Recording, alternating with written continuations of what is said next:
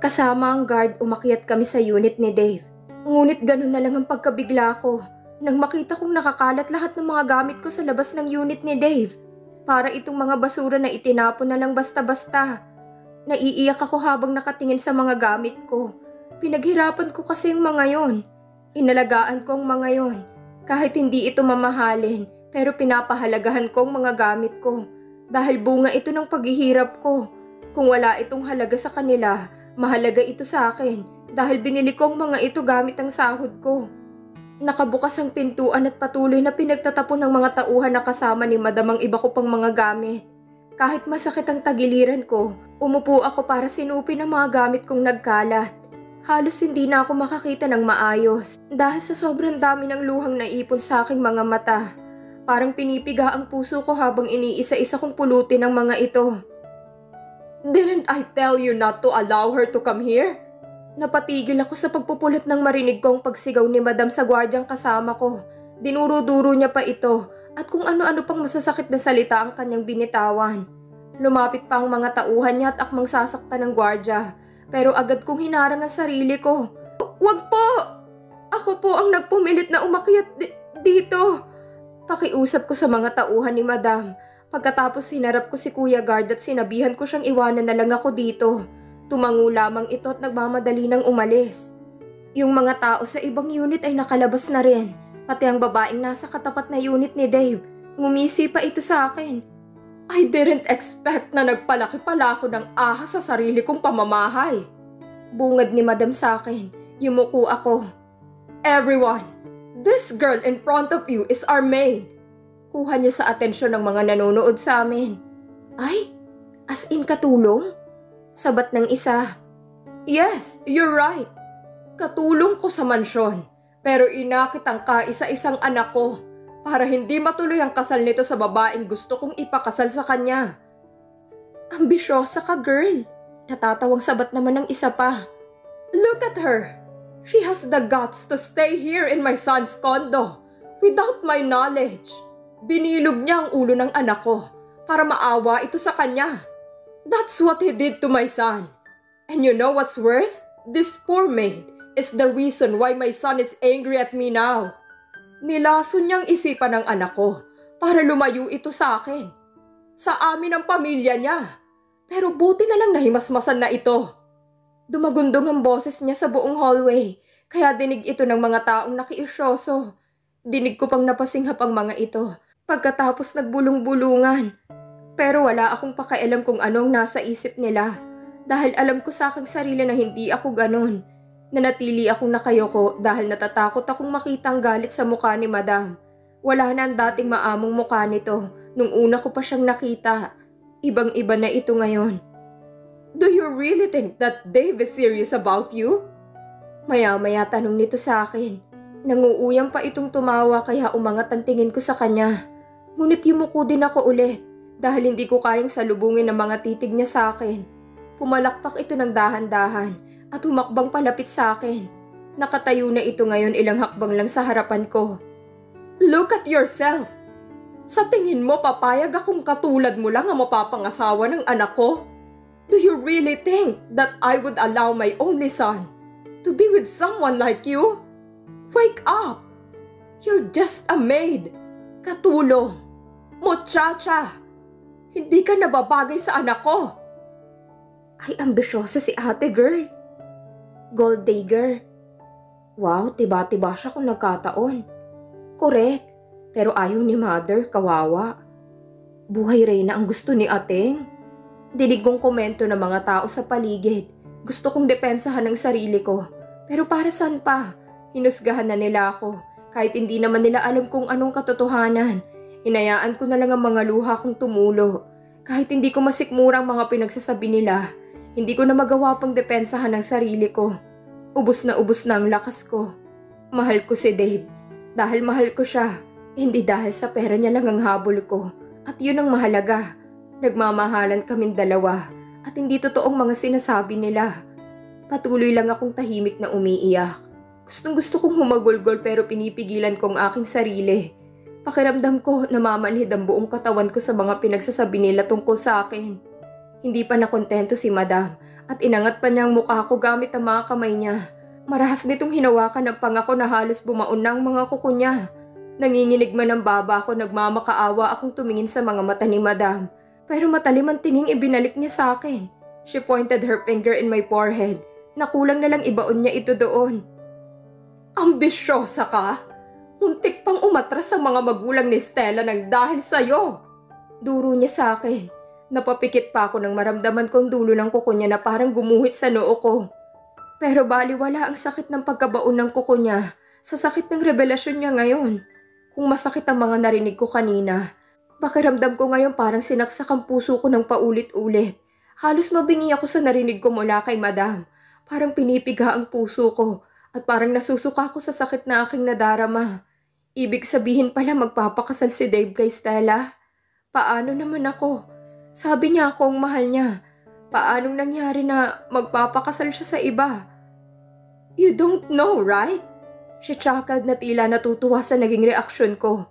Binitiwan nito ang mukha ko at marahang tinampal-tampal ang aking pisngi na may kasama pang mahinang tawa. You're so naive, girl. Kaya pala naloko ka ng anak ko. Do you know where's my son right now? Tumingin ako sa kanya at hinintay kung anong idudugtong niya. He is with Stella right now, busy for the preparation of their wedding. You don't know it, do you? Hindi po totoo yan. Mahal po ako ni Dave. Nagmamahalan po kami, Madam. Mahina ngunit magalang ko pa rin sagot kay Madam. Hindi ko kayang bastusin ang ina ng lalaking mahal ko. Kahit hindi niya pa ako gusto, ina pa rin siya ni Dave at kailangan ko siyang respetuhin. Mahal? She laughed sarcastically. Your love can't help our companies, dear. Hindi mapapalago ng lintik na pagmamahal na yan ang kumpanya ko. Naintindihan mo ba yon? Ha? Marahan akong umiling sa kanya. Hindi ako maniniwala hanggat hindi si Dave ang magsasabi sa akin hindi niya ako mahal. Look at this! Tinapat niya ang cellphone niya sa mukha ko. Pinakita niya sa akin ang larawan ni Dave at katabi nito si Stella na matamis na nakangiti sa kanya. Nakapulupot ang mga kamay nito sa braso ni Dave habang si Dave naman ay diretso lang na nakatayo. They're in Cebu right now. Doon sila magpapakasal ni Stella. Kaya personal nilang inimbitahan ng mga ninong at ninang nila. How sweet my son to Stella, isn't it? Pagmamalaki pa niya sa akin. Sila mismo ang nag-aasikaso ng kasal nila. Nakakatuwa, di ba? Cebu? Akala ko ba nasa Davao siya? Pero hindi ako pwede magpadalos-dalos. Kailangan ko munang pakinggan ang panig ni Dave. Hihintayin kong siya mismong magsabi sa akin na hindi niya na ako mahal. Hindi po ako naniniwala sa inyo. Mahal ako ni Dave. Nagsisinungaling ka lang para malayo mo siya sa akin. Mahinang sabi ko ngunit mariin. Hindi ko na natapos ang iba ko pang sasabihin dahil isang malakas na sampal ang dumapo sa aking pisngi. Hindi ko na ininda kung gaano ito kasakit. Kahit para akong nabibingi dahil pakiramdam ko namamanhid ang buong pagkatao ko. How dare you to answer me like that? You're just a maid. Katulong lang kita. Katulong! Huwag kang mag-ambisyong pipiliin ka ng anak ko. Dahil ako ang makakalaban mo. Lumapit ang dalawang tauhan ni Madam para hawakan ang magkabilang kamay ko. Siguro iniisip nilang lalaban ako kay Madam. Don't dare to show yourself again. Kung ayaw mong ako mismo ang gagawa ng paraan para mawala ka sa buhay ng anak ko. Banta niya sa akin, pero alam kong kayang-kaya itong gawin ni Madam. Leave and never come back. Walang puwang ang mahihirap na tulad mo sa buhay namin. Sa buhay ng anak ko. Kailanman, hindi kita matatanggap para sa anak ko. Ambisyosa. Inutusan niyang mga tauhan niyang ilabas ako sa building. Halos kalad ka rin na nila ako. Kita ko ang awa ng mga taong nadadaanan namin. Pero may iba ding tila nandidiri sa akin. Hindi ko na alam kung ano pang iisipin ko. Ang gusto ko na lang gawin ngayon ay mawala lahat ng sakit na nararamdaman ko. Physical, mental, and emotional pain that's slowly taking over my whole being. Gusto kong maging manhid sa sakit. Bakit kailangan kong pagdaanan ang lahat ng ito? Naging mabuti naman akong tao. Kahit walang pagmamahal sina Chang at Chong sa akin noon, naging mabait naman ako. Wala akong inagrabyado. Pero bakit nangyayari sa akin to? Pagkalabas namin ng building, marahas akong binitawan ng mga tauhan ni Madam. Kaya nawalan ako ng balanse at bumagsak ako sa kalsada. Gamit ang natitirang lakas ko, tumayo ako. Kahit hindi ko naman alam kung saan ako pupunta. Nanginginig ang katawan ko sa bawat hakbang ng aking mga paa. Unti-unti nang nalalabo ang aking paningin at wala nang direksyon ang aking nilalakaran. Wala na akong pakialam sa mga nangyayari sa paligid. Ang gusto ko lang ngayon ay kalimutan ang lahat ng sakit na aking nararamdaman. Ilang metro pa lang ang layo ko nang makaramdam akong may pumigil sa akin. Hindi ko na magawan lumingon sa kanya. Parang nablangko ang utak ko na hindi ko na alam kung anong gagawin.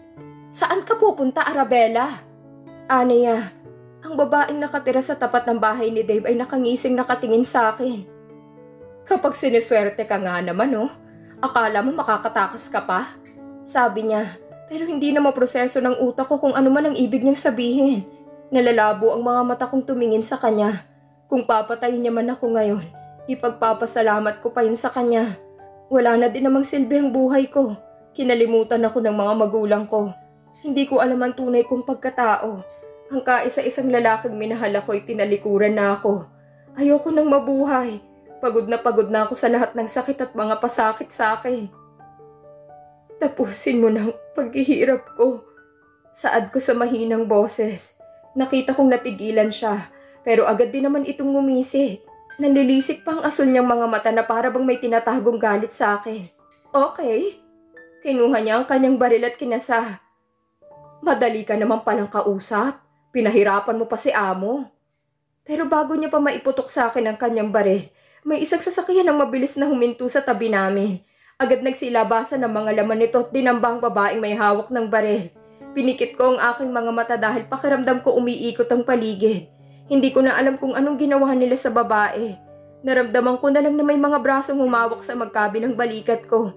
Dinilat ko ang aking mga mata ngunit agad din itong tumiklo. Natalia! Oh God! Princess! Baby! Baby, you're alive! Iyon ang huli kong narinig. Naramdaman ko na lang na may brasong umalalay sa akin at kinarga ko bago pa ako nawala ng malay. I'm staring at the photo of a 5-year-old girl wearing pink ball gown with a little tiara in her head.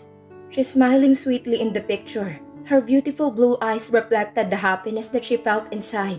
The picture showed a little girl celebrating her 5th birthday with friends and family around her. Parang nag-flashback lahat sa memory kong nangyari sa akin noong kabataan ko. I was standing in the center of the crowd, kasama ang nakatatanda kong kapatid na lalaki at mga magulang ko. All the kids gathered around me, and they are singing me a birthday song. Beside me is my brother, who looks dashing in his 3-piece black suit, kahit bata pa ito.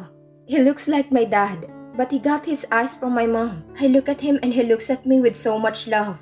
Mom and Dad is behind us, singing together, before they ask me to blow my 5-layered birthday cake. Feeling ko para akong prinsesa. Lahat ng naririto ngayon sa mansyon namin ay masayang nakikiselebrate sa birthday ko. Lahat ay nakikisaya. Madaming mga bata, mga kaibigan ko at mga kakilala ni Mommy at Daddy. Happy birthday, Natalia! Everybody said in union after singing the birthday song. Kumaway-kaway ako na parang prinsesa bago ako pumuesto sa harapan ng cake ko. Make a wish, princess. Bulong ni Kuya sa akin. Hinawakan niya pa ang kamay ko para alalayan akong umakyat sa maliit na step para maayos kong maiblow ang candles. Happy birthday, princess! We love you! My parents said. Damang-dama kong labis na pagmamahal nila sa akin. Thank you po, Daddy, Mommy, and Kuya Nathan. I love you too. Nakangiti kong sagot sa kanila. I love them so much, lalo na ang Kuya Nate ko. He always play with me. Kahit pang girl ang mga laro ko, sinasamahan niya pa rin ako. Kahit malaki na si Kuya, lagi niya akong inuuna kaysa makipaglaro sa mga kaibigan niya.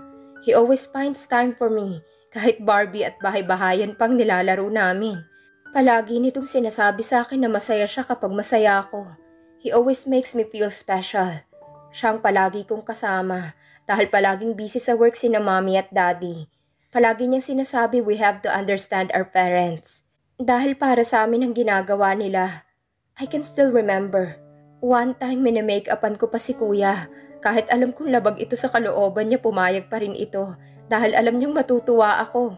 I remember how we sneak out in the mansion at kung paano namin takasan ang yaya namin para lang makalaro kami sa malapit na park. Palagi akong pinagbibigyan ni Kuya sa mga kalokohan ko. One time we are in the park and suddenly Kuya said this to me. I love you, princess. Always remember that Kuya is always here to support you in everything you do. You can tell Kuya everything. I can be your best friend. Kapag lumaki ka na, poprotektahan kita sa mga manliligaw mo. I will protect you, baby. Tandaan mo yan, okay? Malaki ang ngiti kong tumingin sa kanya. Saglit kong iniwan ang mga laruan ko at yumakap ako kay Kuya. I love you, Kuya Nathan. Sabi ko tsaka pinupog siya ng halik sa muka. That's how sweet Kuya Nathan to me.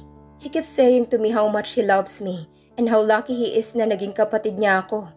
Hindi ito nagdadalawang isip sabihin kung gaano ako kahalaga sa kanya. I may be young back then, but I already can understand how special and how loved I am by my brother. Hindi ko man maalala ng buo, pero naaalala si Kuya ng puso ko. Princess! Nagising ako na parang may kumakausap sa akin. Marahan kong idinilat ang aking mga mata at gano'n na lang ang pagkagulat ko nang mabungaran kong pamilyar na mga matang nakatunghay sa akin. Oh God! Natalia! Princess! Gumagaral-gal ang boses niya.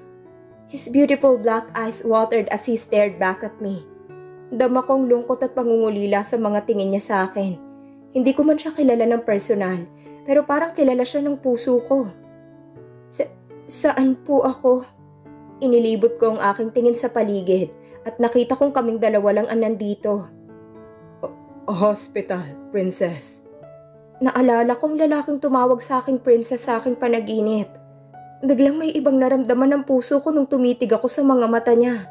Parang pamilyar siya sa akin. Hindi ko lang matandaan. Pero bigla kong naalala ang nangyari sa akin kanina.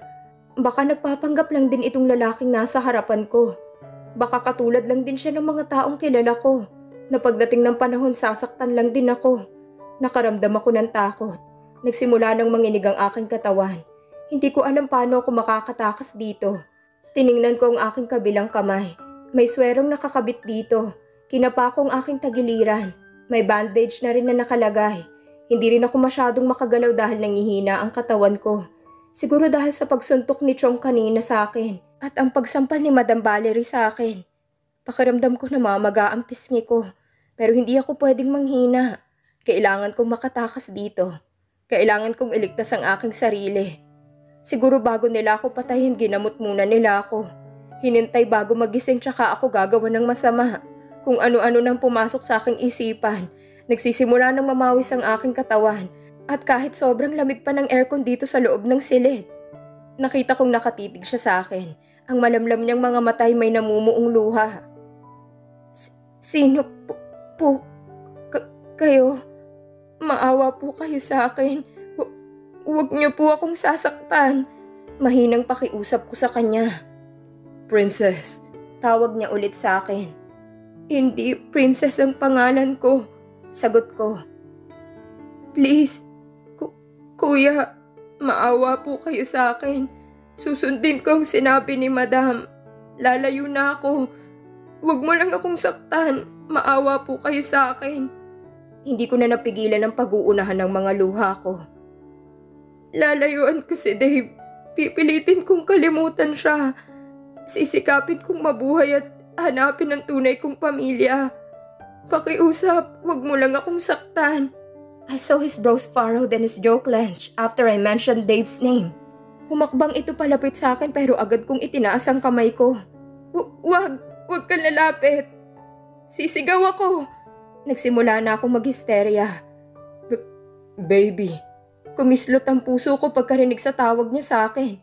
Isa lang ang tumatawag sa akin ang baby, pero kinalimutan din ako. Tinilikuran na parang basura, na walang parang bula. Pagkatapos akong paasahin na mahal niya ako. Huwag kang lalapit, sabi! Tulong! Tulungan niyo ako! Sigaw ko. Sinubukan kong kalasin ang swero sa kabilang kamay ko, pero agad niya akong niyakap. Hindi ko siya kayang itulak dahil sobrang higpit ng pagkakayakap niya sa akin. Naramdaman kong nanginginig ang katawan niya. Parang awa niyo na po. Huwag niyo po akong sasaktan. Pagmamakaawa ko. Gusto ko pa pong mabuhay. Princess, calm down. Aniya, pero patuloy akong nagpupumiglas. Please, pakawalan niyo ako. Ayoko pang mamatay. Parang awa niyo na. Sa bawat pagpupumiglas ko, ay siya din ang paghigpit ng yakap niya sa akin na para bang takot na takot itong makawala ako sa kanya. Sobrang lakas na ng kabog ng dibdib ko. Nanginginig ako sa takot at hindi ko na inindang sugat sa tagiliran ko. Pakiramdam ko dumugo ito ulit sa kakagalaw ko. Baby, Kuya Nathan, I'm your brother. Hindi kita sasaktan. Gumaralgal ang boses niya at nararamdaman kong yumugyog ang balikat niya. Muli niya akong niyakap ng mahigpit at humalik sa tuktok ng ulo ko.